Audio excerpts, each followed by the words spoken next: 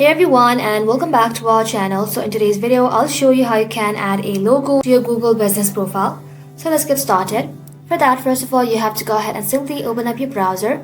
And then once you open the browser, you want to go ahead and simply search for business.google.com. Once you search for it, go ahead and simply log in to your account. Now once you're logged into your account, you'll see a list of the business you manage. Go ahead and simply tap on the business name where you would like to add your logo.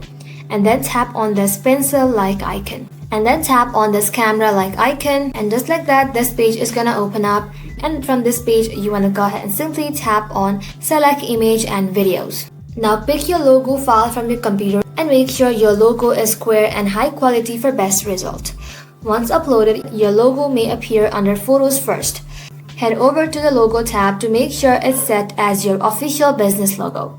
And that's it. Your Google business profile has now your logo, making it more professional and recognizable to your customer. Thank you all for watching. If this video was helpful, don't forget to like and sub, and I'll see you in the next one.